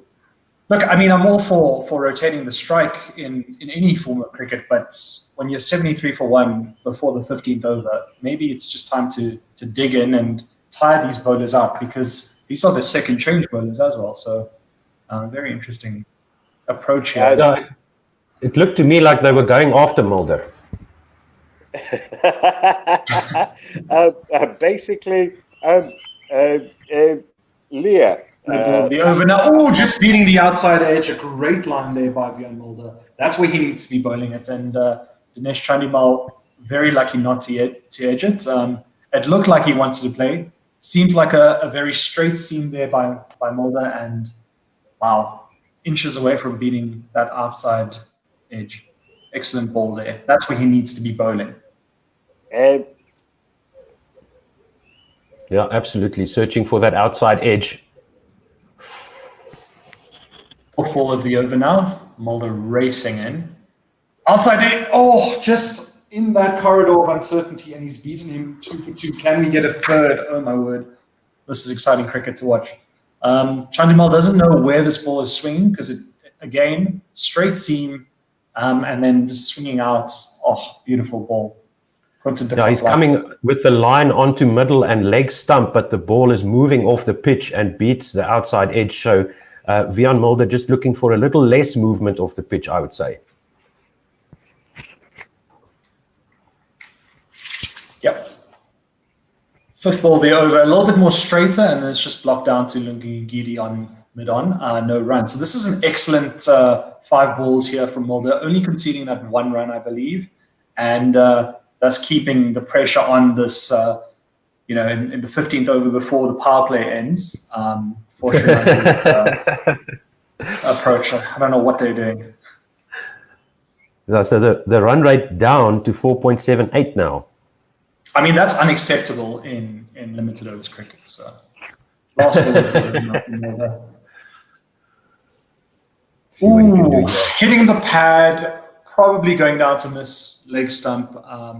Glad we didn't appeal, but excellent over there by Mulder. Chandimal looks a little bit rattled, but that's the end of the over. Sri Lanka 71 for 3 after 15. And also, are you happy to take ball by ball again? I prefer to add color in because I like to be controversial. Okay, end of the 15th over, 71 for 3. So the session, I would say, is I would give it to South Africa because of the 3 wickets. Sri Lanka have been rollicking along at 4.5 runs per over. At one stage, they were around 6 runs per over, but they paid with wickets for that run rate. Definitely targeting Vian Mulder unsuccessfully, and Vian Mulder has played a good role here. 2 runs per over off his 3, and the wicket of the Sri Lankan batsman then Nortje over the wicket, and this one is left alone by De Silva outside off stump through to the keeper for no run. First ball of the 16th.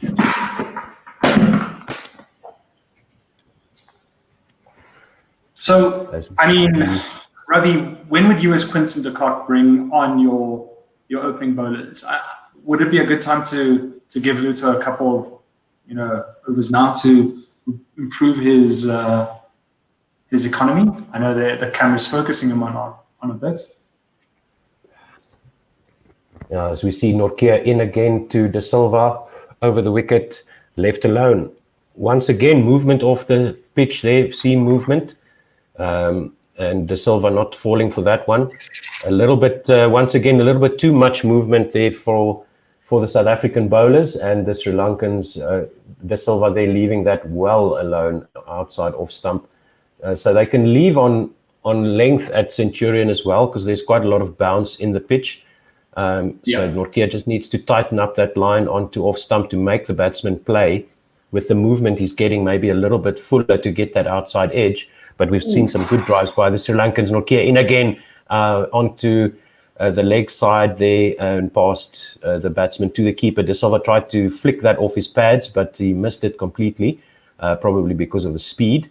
We'll see if we can get a reading there on the speed there from Nortje's last delivery. So Pamela, I think it was too quick for the gun. Yeah, absolutely too quick there. Luto Sepamla there in the field thinking about his 9 runs and over that he's conceded. Hopefully he can bounce back. 71 for 3. 4th ball of the 16th over to come. Nortje at the top of his mark. He runs into De Silva, the right-handed batsman, on 13. And this one is whacked through mid-wicket. Shortish ball and pulled. And they will take 2 runs down to mid-wicket area where it's fielded and back to De Kock. 73 for 3 now. That was a bit loose. That was a bit of a loose delivery.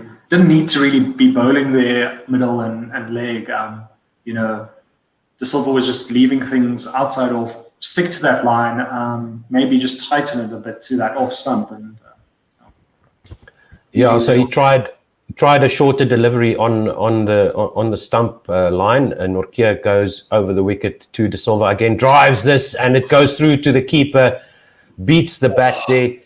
Flashing drive there, tried to play the ball inside out. Good luck with that, De Silva, against Nortje. And that's exactly where you need to be bowling. Getting the batsman driving, getting him onto that front foot, and you can see that the Sri Lankans aren't in good nick and they're not timing well. There was no feet movement there, so that's poor batting from De Silva. Yeah, he played way outside the line there, feet nowhere near the ball. Good signs here for Nortje as he comes in for the last delivery here, full and on the 4th stump line, driven nicely by De Silva out through extra cover to the boundary for a 4. So pressure release once again. Yeah, too full, outside off. No chance for the ball to move off the pitch. So I think Nortje tried to adjust his length there because, as I mentioned before, there is some movement off the pitch, trying to get the drive, which he did, but De Silva meets the ball, nice half volley there onto the last third of the bat there in the sweet spot. Nortje still has a scowl on his face. He's definitely in the mood for this battle, but just too full. There was no feet movement there by De Silva as well, which is very interesting because when you expect how's he going to generate that power, but when that ball is being bowled at 150 Ks, you don't need that much power from your hips. 16 overs gone, 77 for 3 now. And let's see who's going to be bowling the 17th. As we see some movement in the field, 2 slips in, a backward point and a gully. And this will be Vian Mulder continuing. And he goes to Chandimal and hits him on the pads, appeals, and the ball struck him a little bit high, I would think. Very interesting ball there. So massive in-seam movement there. It might have been too high. No shot was offered, so definitely hit outside the line. Quinton de Kock doesn't seem like he's going to review. It's all about height here. Yeah, definitely too high on the back leg, but you can see the ball clearly going above the bails there, and I think that hit him just a little bit, about half a ball width above the stumps. Vian Mulder is troubling Chandimal once again. He comes in over the wicket. Chandimal drives this inside edge out to the leg side, and there's no run. So definitely something to think about for the Sri Lankans because Vian Mulder has got that ball on a string. He's bowling really tight. If you look at the pitch map that we're being looked at, he's bowling primarily most of his balls good. Very few short, I think only 2 short, and then a couple of balls full, which is exactly where you need to be, keeping that batsman honest, keeping him in his crease. We saw. Can you hear me now? We see him going in again, beats the outside edge through to the keeper, no run, 77 for 3. Good ball there by Mulder. Yes, Ravi, we can hear you. I've just had some kind of connection issues. But between Mulder and Nokia, you guys, and I'm saying you guys in terms of South Africa, have a bloody good seam attack. And add to that Sipamla, Ngidi, and the currently absent Rabada. Yeah. You have probably the best seam attack in the world. What did you expect Sri Lanka to do? Well, I mean, also, Glenson Stearman was tipped to be also making his debut, but he's got that groin injury, I believe, or quad injury. And he can move the ball he's a very nip and tuck bowler, and I think we were all excited to see him. So it's good watching. Here comes Mulder again. Over the wicket to Chandimal, and this one inside edge there. Chandimal played all around that. If he didn't get an edge on that, he would have been plumb in front. Yeah. 77 for 3. I'm really liking what I'm seeing from Vian Mulder. He's 22 years old, turning 23. Very young guy, can bat a bit, certainly bowling extremely well. Yes, it is to Sri Lanka, but you got to rate him on what he's doing. This is very promising from an all-rounder, which we haven't seen in Test cricket for a long time for South Africa. Vian Mulder in again over the wicket. Full onto the pads, tried to flick this away, did Chandimal, but it slides down the leg side to the cock and there's no run. Can I ask a difficult question? Always, please do. Always. Yeah. So Vian Mulder and Andrik Nokia are obviously white. Very obviously, yes. Yes. Sipamla and Ngidi opened the bowling. Mulder comes in again over the wicket and left outside off stump, no run. Continue. So was that almost token hat tip towards the what's it called in South Africa? Transformation. Transformation. Yes, exactly. So, I mean, I think two non-white guys, but now they've relied upon the white guys to actually get them there. No. So I think it would definitely be. So Luto would open the bowling in the limited overs, so he's quite used to the new ball. In first class, he's fairly skilled with the red ball. Lungengidi has always opened the bowling whenever he plays. Here comes Nokia. Okay, Nokia comes over the wicket to De Silva, and this beats the bat outside there. De Silva fending that ball as he expected the line to continue on, but once again, movement away from the batsman here off the pitch. Great bowling by Nokia. De Silva had no idea where that was going. And then Andrik Nokia, for most of his Test career in the Proteas, has always bowled at that first change. It's also quite scary when you got a guy who bowls at 150 to replace your openers. Nokia comes in again over the wicket to De Silva, and this time De Silva plays for the movement off the pitch, gets a bit of an inside half of the bat to mid-on, who's quite short, no run. Yeah, I was surprised that they gave Sipamla the new ball. But I don't think it's got anything to do with the transformation thing. I think it was more to do with maybe giving the Sri Lankans the debutant, because they haven't seen him bowling before. Nokia over the wicket, chopped down into the ground by De Silva, and there is no run.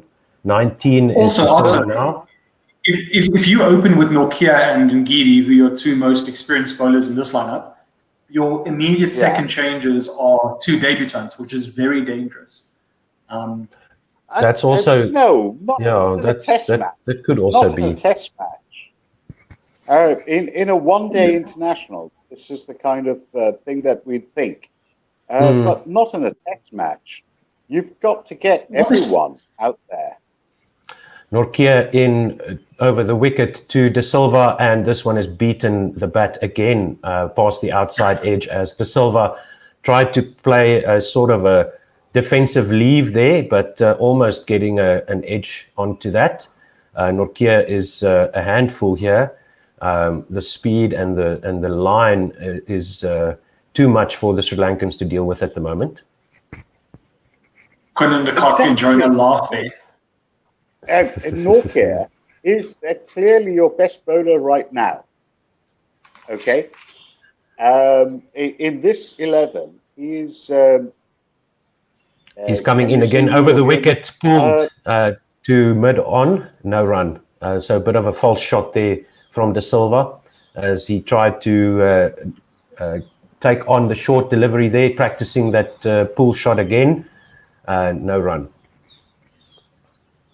So carry on, Ravi. Nortje is clearly your best bowler in this format right now, in this 11, because Rabada is not around. Why would you have him at one drop? Why? Nortje over the wicket and wafts outside the off stump, and there's a half an appeal by the slips there. Nortje can't believe that missed the bat, neither can I. That's the end of the over, 77 for 3. Okay, AB, Lyndon Gidi has a lot to say about being the best bowler in this lineup. So they've both played. In fact, Nortje's played one more test than Lungi and Gidi, and Nortje's test bowling average is 35, whereas Gidi's is 25. And Gidi is cheaper, and in terms of strike rates, Lungi Gidi's strike rate is better. So just because Nortje can bowl 150 plus doesn't mean he's necessarily the best. Also, Nortje is. But in this last year, and I take the IPL as a standard, I know it's a wrong thing to do, but Nortje was about as good as Rabada. Forget Ngidi. Vian Mulder onto the pads, deflected down to the fine leg boundary for 4 by Chandimal. Mulder can't be bowling there. That's just a ball. I think it's fair to look at. I think it's fair to look at IPL because that's the only cricket our guys have played. As we see Mulder back to the top of his mark, he's coming over the wicket now to Chandimal again. This one outside off stump, left alone through to the keeper, no run. 81 for 3 now. But I have no doubt these guys can adjust their lengths and lines and put a ball where they want to 99% of the time. So it is a different format of cricket, but they're professionals. They're the best of the best. But I quite like it. I quite like having the balance between experience with youth, rather than experience first up and then youth second up. Yeah, I think that's probably the best explanation I can think of as well. Mulder goes onto the leg stump line. Chandimal falls a bit over his front foot, and there is no run. That ball going down leg side, no appeal either. Have we missed out on some tweets? Probably. Yes, of course, sorry. But it's some very interesting conversations we're having. I'll get you some latest tweets right now. I'll just interrupt when there's some cricket going on. Ravi's popular on Twitter too. Mulder comes in over the wicket, and he goes to De Silva down the leg side again, no run. He's trying to attack the stumps, Mulder. It seems like he's adjusted his line a little bit more towards the stumps here for Chandimal, who doesn't seem to be picking up the line properly. 81 for 3. 2 balls to go in the 19th over. Armchair Cricket Podcast say the after effects of the LPL clear in Sri Lanka's play so far, not so much of a surprise. Can they recover to post something challenging remains the question, and great to hear the sun-drenched tones of Guerilla SA back on the airwaves. Thank you. We are happy to be here. Mulder over the wicket, beats the outside edge again through to the keeper, no run. Yes, it's good to be back. Leah did reprimand me. Anyone qualifying for SA bowling performance but it's against lowly Sri Lanka should remember that Sri Lanka are ranked ahead of SA in tests. That's fair, but we only play 2 tests a year, so it's just one of those things. We just have to get used to South Africans. that is ridiculous, isn't it? Yeah, you play, well, not quite just 2 tests, but effectively. Yeah. And England, whom I kind of represent, plays 15 tests a year. Mulder, over the wicket, wild swipe by Chandimal through to the keeper, no run. I mean, England, India, and Australia will play each other, twice a year. It's just how the game works these days. Well, I guess part of it is because of the number of people who are watching. This year, of course, this past year with COVID, we can't claim anything. But we could claim that the television figures might matter. And we know that India, England, and Australia matter. They have more viewers. Yeah. Who is interested in Sri Lanka versus Pakistan? Sri Lankans and Pakistan. That's it. Yeah, exactly. And I use Pakistan because they've got a huge fan base, actually. But interesting. So we've got we've got about 20 minutes to go to lunch, maybe a little bit more, for 30 or so. And it's Keshav Maharaj into the attack. I know. 31 matches, 110 wickets, 33.19 average, and a 5-wicket haul he's done 6 times in his career.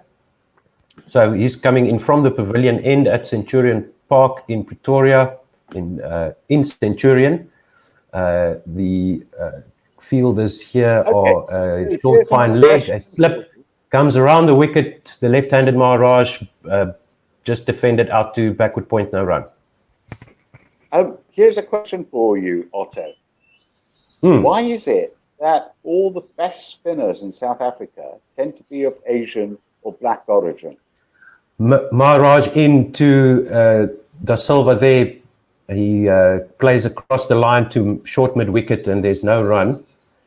Well, Maharaj is from Durban, from KwaZulu-Natal, which has Asian origin, isn't he? Yeah, there's a big Indian community in Durban there. Maharaj left-handed around the wicket and they scamper through for a quick single as the ball beats the first slip, goes down to third man, where it's picked up by Vian Mulder and he throws it back. The guys who have gotten their opportunities in the national side in the past while, along with Maharaj, have been quite a spread. We've had the name escapes me now. Help me out here, AB. The spinners that we took to the subcontinent the last time around was. So it was George Linder, I believe. Yes, George Linder. He's the one I'm thinking of.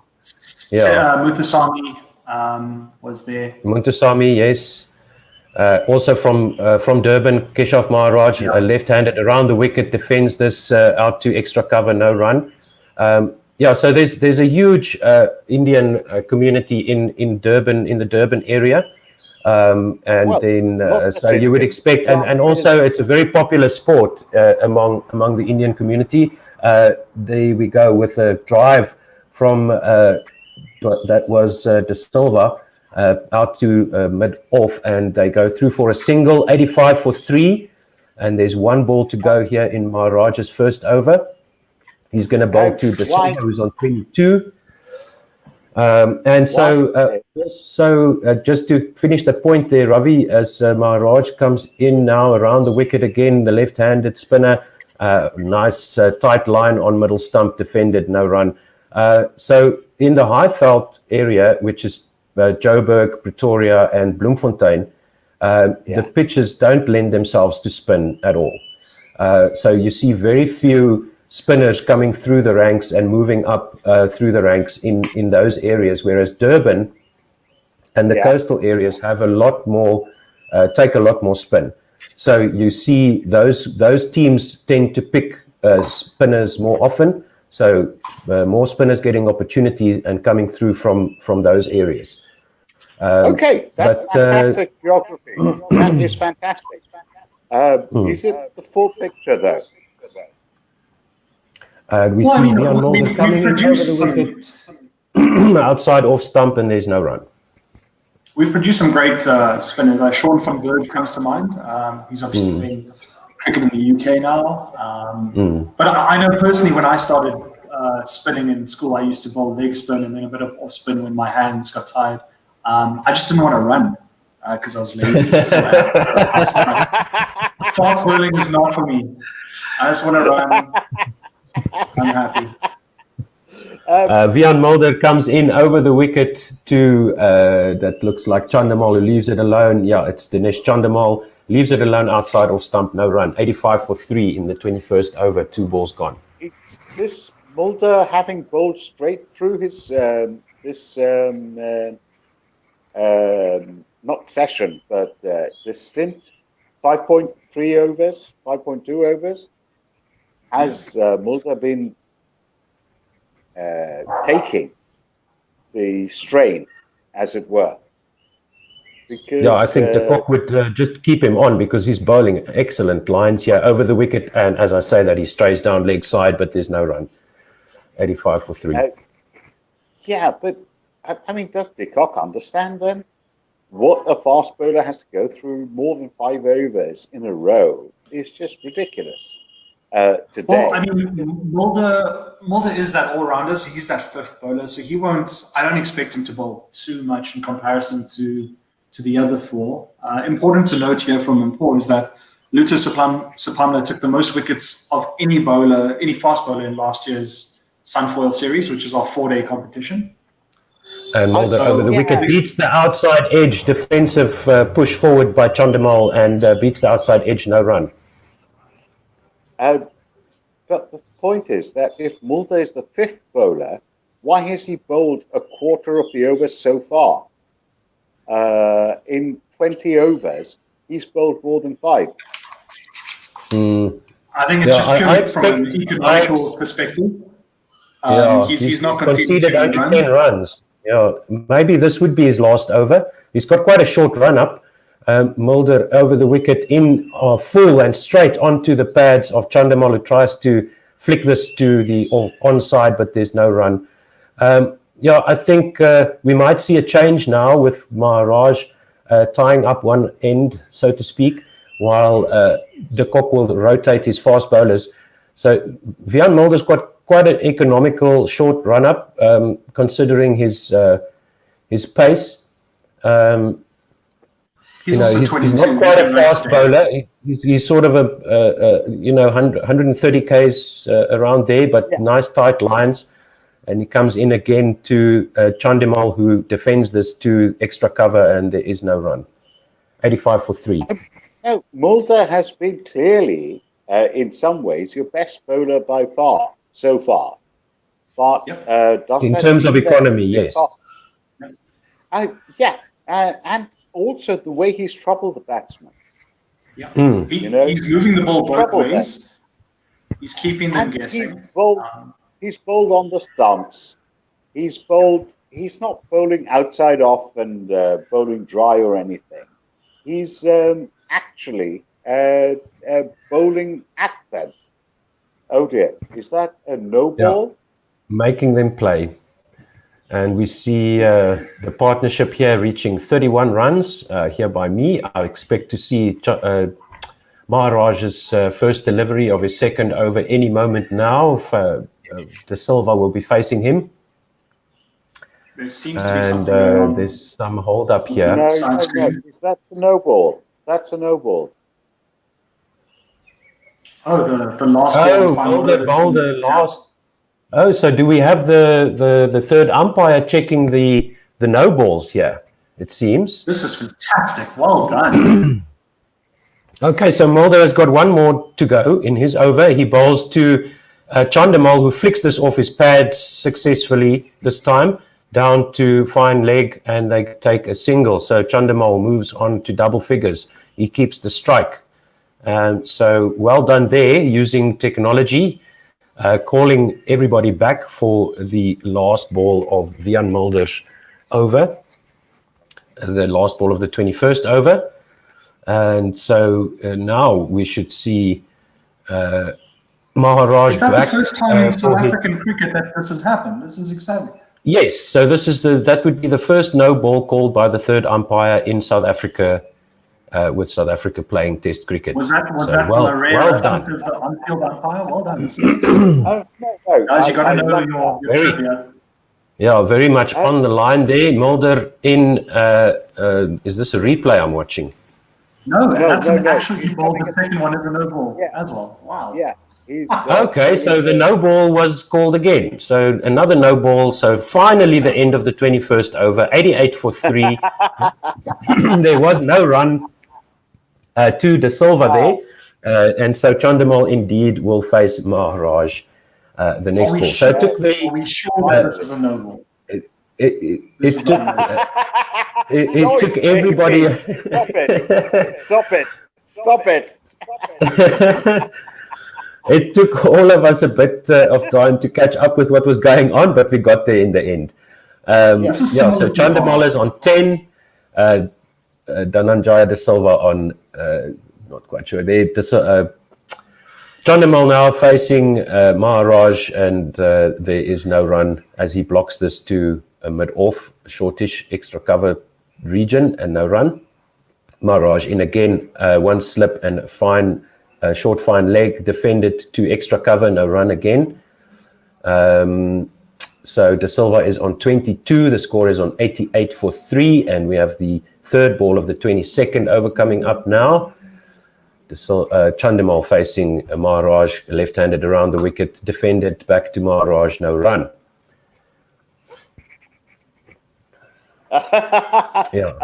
Nice work here by South Africa, pulling the run rate back. Yes. Pulling the run rate is irrelevant, surely, in a test Maharaj is into Chandimal again, defended out again to extra cover, no run. Can you hear me? Yes. Yeah, with the run rate, I mean, they were scoring quite quickly in the first half an hour or so, and now we're back down to a normal test match speed, as this one is again defended back down the pitch to Maharaj for no run.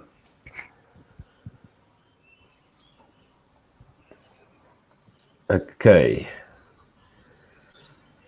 so next ball here by Maharaj is down to extra cover again, and there's no run. That's the end of the over, and 88 for 3 is the score. 22 overs gone, so 4 runs per over here by Sri Lanka in the first session of the first test, the first day in Centurion Park in Centurion in Pretoria.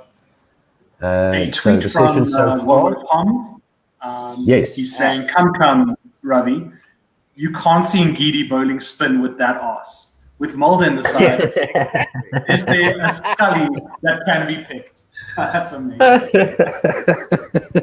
Ngidi can't be a spin bowler. Ngidi could never be a spin bowler. He's got the arse of a paceman. I mean, I'm looking at Lucas Sapamla's behind right now. That's also a very, very attractive run. Lucas Sapamla comes in, replacing Vian Mulder. He goes over the wicket. Nice drive there through extra cover by Dhananjaya De Silva, and he gets 4 runs. A bit too full there on that line by Sapamla, and maybe not the best start to his spell. But as we saw in his first spell, he can bowl those unplayable deliveries. So let's hope for South Africa's sake he gets his line and length right. Yeah, that one just a little bit too full. No chance there for the extra cover fielder. Otto, I'm just having a look at Sapamla's landing. He seems to be landing quite far away from that no ball line. Let's see again. Lucas Sapamla full and on off stump, defended back to the bowler. He's got 2 slips. Bowling to De Silva, who's on 26. 92 for 3 is the score now. Better delivery there by Sapamla. And let's hope for his sake that he can... that was nice and full on the off stump line, just outside off stump. No run there from that second delivery. Okay. As De Silva gets ready to face Sapamla again. And Sapamla comes over the wicket wide. And this one is chopped down to extra cover for no run. So news just in is that the Proteas will wear black armbands in honor of Robin Jackman, who sadly passed away yesterday, tomorrow. So that's something nice to see. I think we all have been affected by Jackers in one way, shape, or form. Yeah, he was probably the voice of South African cricket. What would be nice is if they did it for John Edrich as well, who was 83 years old when he died yesterday. Luto Sapamla over the wicket, and this one is defended to mid-off, and there's no run. Sorry, Ravi, you were saying? I was saying John Edrich died yesterday as well. They wore it, not just for the South African, but for cricketers everywhere. He was 83 when he died. But you see, I think it's become almost a performative thing where cricketers just wear black armbands and they almost make up a reason for it. Lucas Sapamla over the wicket, full and on off stump, driven very nicely past the bowler, past mid-off, down to the boundary for another 4. That was a great shot. So the one-day cricket is back.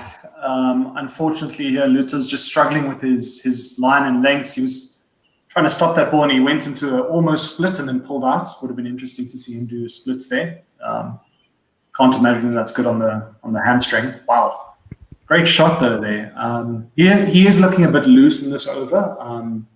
Unfortunately, no, not a good comeback so far. Is Sapamla quick enough to get away with inaccuracy? No. As he comes in again over the wicket, and this one is chopped down to Sapamla into the wicket, and there is no run. So is that the end of the over? Yes, it seems to be 96 for 3. Sapamla conceding 8 runs in his comeback over, and Quinton de Kock will definitely be expecting more from him. He has a little chat to Sapamla. And 96 for 3. Yeah, I think I remember, Ravi, that we talked about this a while ago as well. It's like it almost becomes watered down, the wearing of the armband. Yes, it's sort exactly. of almost meaningless. It does. Yeah. So I guess so Maharaj goes around the wicket, through extra cover goes Chandamal, and they take a single. Yes, 97 for 3. Continue, Ravi. Hey, look, this is a crazy first session. They're going to get to about 100 for 3 in their first session. In the next delivery, it gets punched down lightly to mid-on, and there is a single taken, 98 for 3. Yeah, we had a rollicking start by Sri Lanka, and Maharaj in again, and Chandamal dances down the wicket, whips this one down to mid-on, and they take another single. Very interesting decision making here by Quinton de Kock. I know we were promised a different test captain, and it didn't turn out. What do you guys make about Quinton de Kock's limited test captaincy in this first session? Maharaj to De Silva defended, no run. Quinton de Kock is not a captain. He's just a figurehead. Come on, let's be honest. Maharaj in again, round the wicket, defended, no run. He's just the guy who will take the flak. Let's be honest. Quinton de Kock is not a captain of any sort. He's not a thinker. He can't do the thinking that's required. At best, he can control the people. That's it. Maharaj, last delivery to De Silva, defended, back down, no run, 24 runs, 24 overs gone, 99 for 3 are Sri Lanka. Yeah, I think You're quite right there, Ravi. And Quinton de Kock himself has said that, he's doing this because he's basically taking one for the team, since there's nobody else that can be appointed on a full-time basis.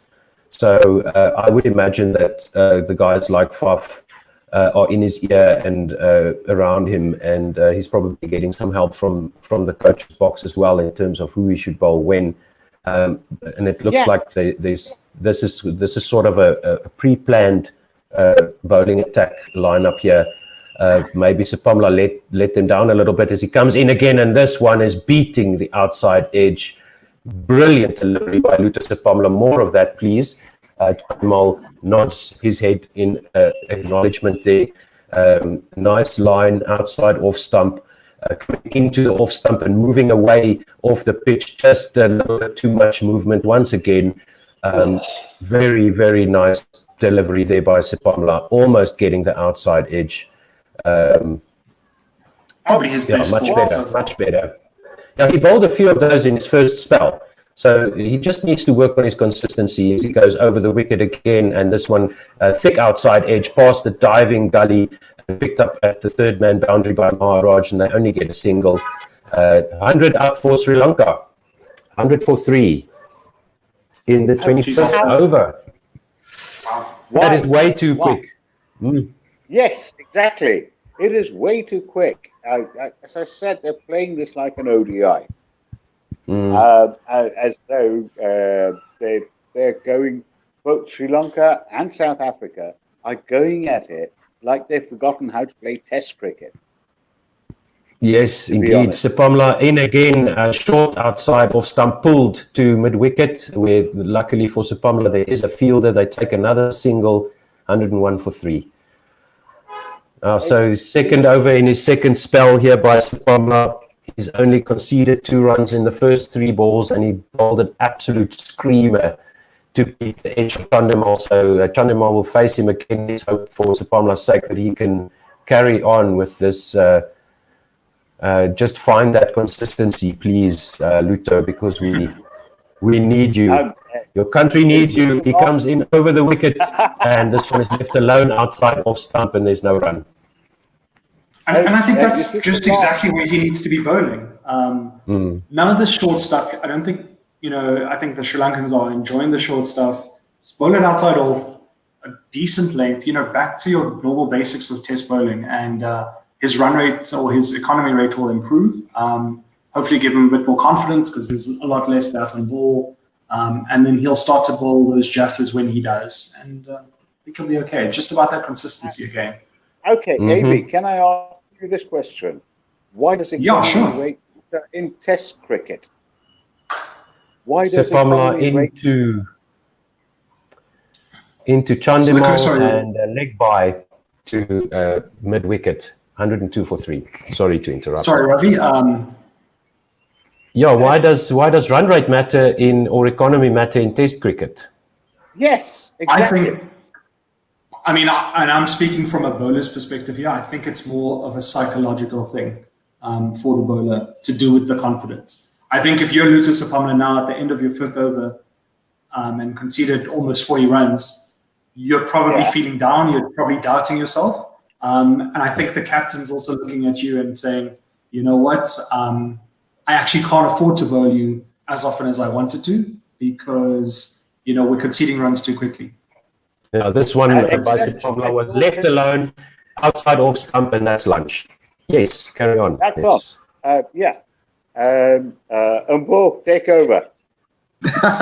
Yes. Thanks, everyone. It is lunch. Sri Lanka 102 for 3. Any final words before you come back for your stints post-lunch? I'm hungry. No, we've been having words all the way, so it's good. Sure. Okay. Thank you very much. We'll be back again. If you're watching or listening on the stream, we'll be back in 40 minutes time at 20 to 1 South African time, ready to bring you the post-lunch session in this test match. Do follow us on Twitter at OneWorldSR and Guerilla SA. Also, we are live on Facebook and YouTube, so do subscribe and do let us know what you think, and send through your tweets and your comments as well. So from the rest of us, we'll see you on the other end of the stream. Okay. Bye.